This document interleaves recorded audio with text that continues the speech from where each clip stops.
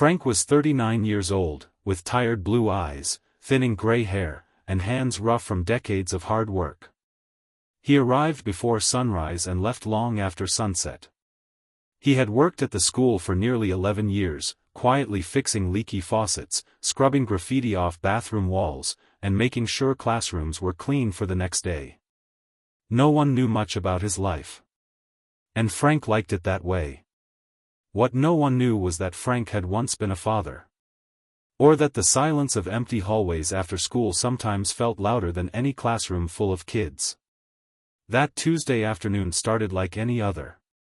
The final bell rang at 3:10 p.m., and the halls exploded with noise, lockers slamming, sneakers squeaking, laughter echoing. By 3:30, the building was mostly empty. Teachers left. Lights dimmed. The school settled into its familiar quiet. Frank began his routine. He checked classroom doors. Emptied trash cans. Swept the cafeteria floor. At around 4:20 p.m., as he walked past room 214, he heard something unusual. A sound. Soft. Broken. Almost like breathing mixed with crying. Frank stopped. At first, he thought it was his imagination. Old buildings made strange noises. Pipes rattled. Vents hummed. But then he heard it again. A muffled sob. Frank's heart tightened. He slowly pushed open the classroom door. Inside, the lights were off except for a thin line of sunlight slipping through the blinds. Desks sat neatly in rows. Everything looked normal, until he noticed movement near the coat closet at the back of the room. Frank cleared his throat gently. "Hello?" he said, keeping his voice calm. "School's closed now." Silence. Then, slowly, the closet door creaked open. And a child stepped out. She couldn't have been older than 8 years old. She was small, with dark curly hair tied into a messy ponytail. Her backpack looked almost too big for her thin shoulders. Her eyes were red and swollen, her cheeks streaked with dried tears. She clutched a crumpled piece of paper in her hand like it was the only thing holding her together. Frank immediately knelt down, lowering himself to her level. "Hey," he said softly. "It's okay. You're not in trouble." The girl didn't speak. "What's your name?" Frank asked. After a long pause, she whispered, "Emily." Frank nodded. "Hi, Emily. I'm Frank. I work here. Why are you still at school?" Her lower lip trembled. "My mom was supposed to pick me up," she said, her voice cracking. "She didn't come." Frank felt a familiar ache in his chest. "How long have you been waiting?" he asked. Emily looked at the clock on the wall.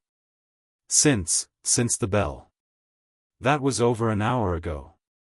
Frank gently asked, "Did you try calling her?" Emily shook her head. "Her phone doesn't work sometimes." Frank didn't press. He could see fear rising in her eyes, the kind that comes when a child starts to believe they've been forgotten. He stood up slowly. "Okay. Here's what we're gonna do. We'll figure this out together, all right?" Emily nodded, but tears spilled again. Without thinking, Frank reached into his jacket pocket and pulled out a small pack of tissues. He handed them to her. "You're safe," he said. "I promise." What Emily didn't know was that a security camera mounted in the corner of the hallway outside room 214 was recording everything. Frank led Emily to the janitor's office, a small room with a desk, an old coffee maker, and a radio that only picked up static half the time. He offered her a bottle of water and a granola bar from his lunch bag. "Is this okay?" he asked. Emily nodded and ate slowly, like she hadn't eaten all day. Frank called the front office. No answer. The school secretary had already left. He tried the emergency contact list. Emily's mom didn't answer. He tried again. Still nothing. Emily's hands began to shake. What if she's mad at me? She asked quietly. What if I did something wrong? Frank sat down beside her. No, he said firmly. This is not your fault. Sometimes adults mess up. That doesn't mean they don't love you. Emily looked up at him. You're sure? Frank swallowed. I'm sure. He wasn't just saying it for her. As minutes turned into nearly an hour, Frank did what he could to keep Emily calm. He showed her how the floor buffer worked. He let her help wipe down a whiteboard. He told her stories about the school, how the gym used to flood every winter, how he once rescued a raccoon from the cafeteria. Emily laughed for the first time.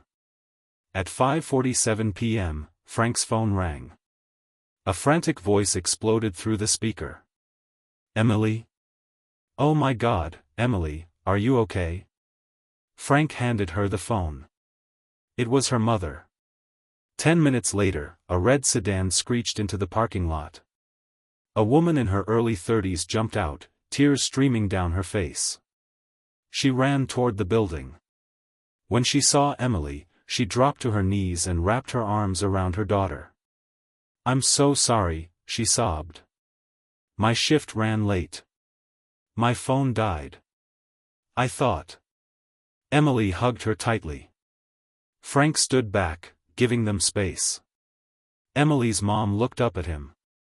Thank you, she said through tears. Thank you for staying with her. Frank nodded. Anyone would have done the same. But that wasn't true. The next morning, the school principal called Frank into his office. Frank's stomach dropped. He worried, had he broken a rule? Was he not supposed to stay alone with a student? The principal smiled. Frank, he said, turning his computer screen toward him, have you seen this? It was a video. Security footage. The footage showed Frank kneeling down to talk to Emily. Giving her water. Sitting with her. Comforting her when she cried. Someone had shared it internally. Then someone else shared it online. Overnight, the video had gone viral. Millions of views. Comments poured in. Protect this man at all costs. This janitor is more of a hero than most people. My heart is breaking, in a good way. Frank didn't know what to say. He didn't want attention. He never did. But the story didn't stop there. A local news station reached out. Then another. They wanted interviews. They wanted headlines. Janitor stays late to comfort abandoned child. Frank finally agreed to one short interview. When the reporter asked why he stayed, Frank paused. Because no child should ever feel alone, he said. Especially not in a place that's supposed to be safe. That night, Frank went home to his small apartment. He sat on his couch and stared at the wall. For the first time in years, he cried. Not because of the attention. But because of something he hadn't told anyone. 20 years earlier, Frank had lost his own daughter. She was 7. A car accident. After that, his marriage fell apart. His dreams fell apart. Life became about survival. Working at the school wasn't just a job, it was how he stayed close to children without reopening wounds he thought had healed. Emily hadn't just needed him. He needed her too. Weeks later, Emily wrote Frank a letter. In shaky handwriting, it said, Dear Mr. Frank. Thank you for not leaving me. You are my school grandpa. Love, Emily. Frank framed it. The school gave him an award. Parents thanked him. Students waved at him in the halls now. But the greatest reward came one quiet afternoon when Emily ran up to him and hugged him without saying a word. And Frank realized something powerful. You don't need a title to be a hero. You don't need recognition to matter. Sometimes, all it takes is staying when everyone else leaves.